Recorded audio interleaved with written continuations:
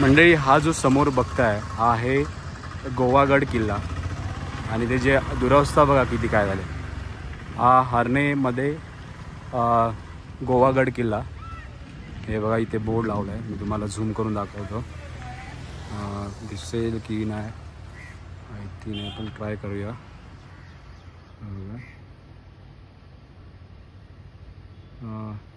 किल्ले गोवागड हर्णेमधील किल्ला आहे, पण त्याची दुरावस्था बघा किती दयनीय झाली. पण जे शिवकालीन किल्ले आहेत त्यांचे एवढे दगड मजबूत आहेत ना, बांधकाम एवढं मजबूत आहे त्याच्यामुळे ते टिकलेत. पण दुरावस्था आता खूप खराब झाली किल्ल्याची. हा एंट्री आहे, हा तुम्ही बघता, हा एंट्री आहे या किल्ल्याची. ह्या किल्ल्याची ही एंट्री आहे, पण दुरावस्था खूप झाली आहे याची. आतमध्ये बघूया कसं काय आहे ते. हा जो आहे साईडचा व्ह्यू आहे.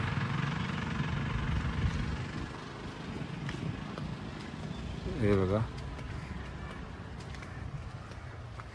आतमध्ये तर डेंजर अवस्था आहे. हे बघा हे दगड बिगड कोसळले, तिथे खूप दुरावस्था झाली, भयानक.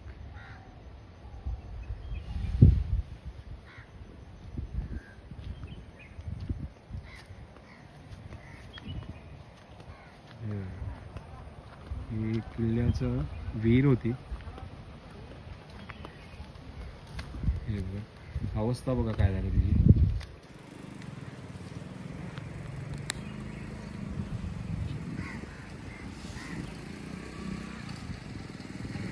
आणि हा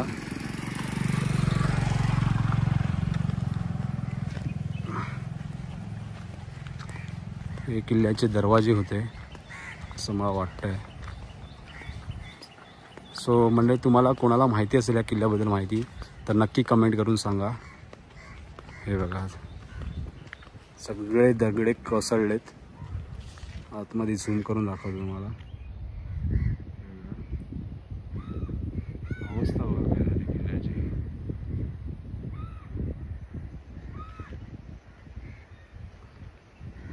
खूप दयनीय अवस्था झाली. हे बघा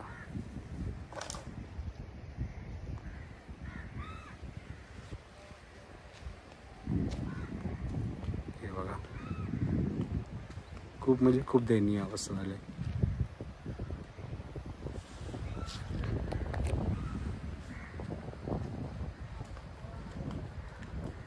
सो आपण सगळे शिवप्रेमी आहोतच आणि त्याच्यामुळे हे जे सगळे गड आहेत त्यांची काळजी घेणं, निगराणी करणं खूप महत्त्वाचं आहे.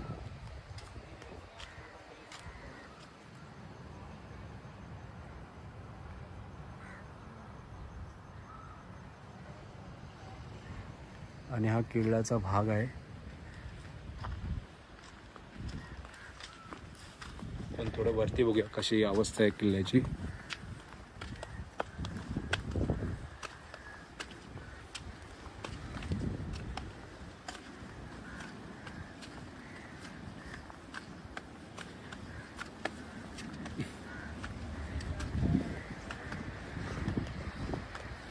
हे बघा ही किल्ल्याची अवस्था बघा.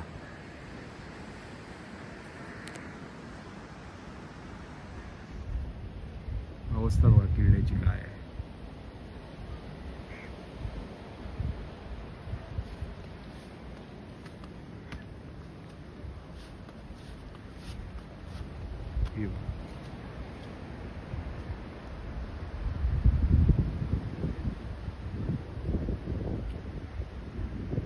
दयनीय अवस्था झाली. तो समोरचा बघतोय धक्का किल्ल्याचा, खूप दयनीय अवस्था झाली. हे बघा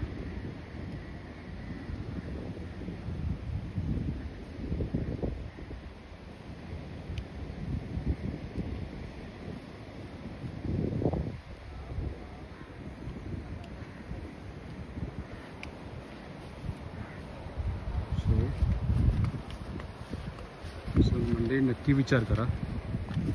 आपण शिवाजी महाराजांचे विचार खूप मांडतो सगळेजण महाराष्ट्रातील. आणि पण त्यांचे गडकिल्ले आपल्याला जोपासणं खूप गरजेचं आहे. त्यांचे जे विचार आहेत ते जोपासणं गरजेचं आहे. तर त्याच्यामुळे ह्याची अवस्था बघा किल्ल्यांची, हे फुल टू दुरावस्था झाले. हे बघा, हे किती दुरावस्था झाले बघा. सगळे दगड पडले, एवढे मजबूत दगड आहेत. आणि दुसरं महत्त्वाची गोष्ट म्हणजे त्या काळची माणसं एवढी मजबूत होती ना, ते दगडची साईज बघा केवढी मोठी आहे.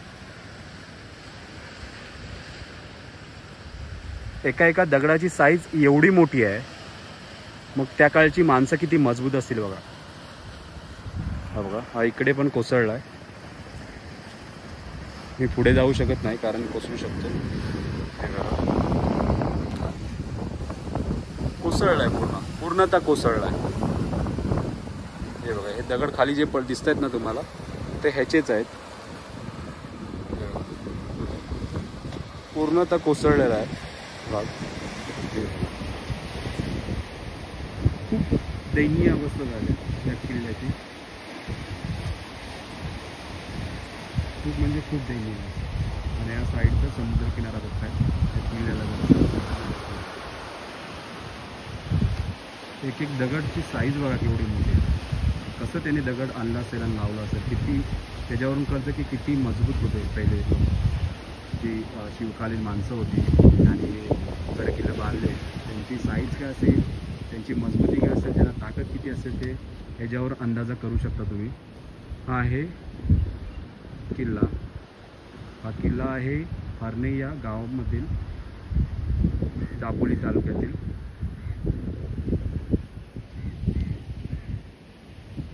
पण या सध्या किल्ल्याची अवस्था आहे ना, ती दयनीय झाली. पुढे जाऊन दाखवतो तुम्हाला, खूप दयनीय झाले.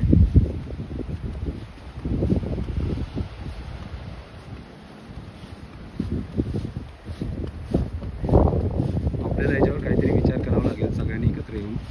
जेवढे आपले शिवाजी महाराजांनी गडकिल्ले बांधलेत, त्याची निगराणी जोपासना करणे खूप महत्त्वाचं आहे. कारण आपल्या त्यांचे जे विचार आहेत त्यांना जोपासणे गरजेचं आहे. आणि त्यांचे विचार सगळ्या आपल्या महाराष्ट्रातील लोकांना समजले पाहिजेत. ऑलरेडी माहितीच आहेत मंडळी, बट काय आहे ना, फक्त विचार घेऊन पुढे जाणं गरजेचं नाही. त्यांचे जे हे बघा दुरावस्था बघा, हे बघा सगळे जे बुरुज आहेत ना पडलेले आहेत. हे बघा, मी असंच बोलत नाही आहे. सगळे जे दगड आहेत ना हे पडलेले आहेत.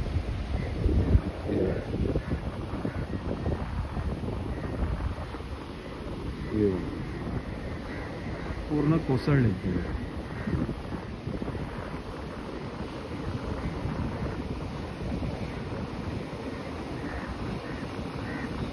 सो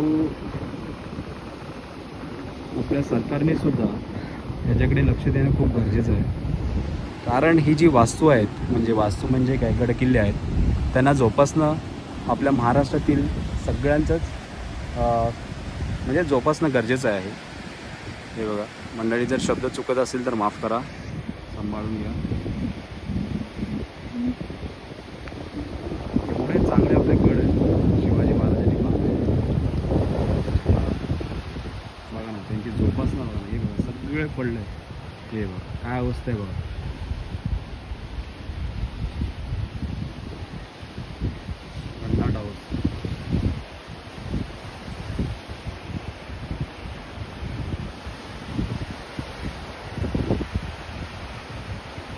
चला, तर आता मी व्हिडिओला एंड करतो आहे. असा हा होता गोवागड हर्णेमध्ये तालुका दापोली.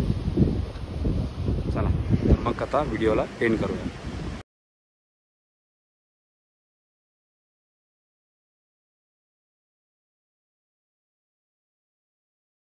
आणि महत्त्वाचं म्हणजे स्वतःची काळजी घ्या, आईवडिलांची काळजी घ्या आणि आईवडिलांना सपोर्ट करा. चला तर मग भेटूया पुढच्या व्लॉगमध्ये. धन्यवाद.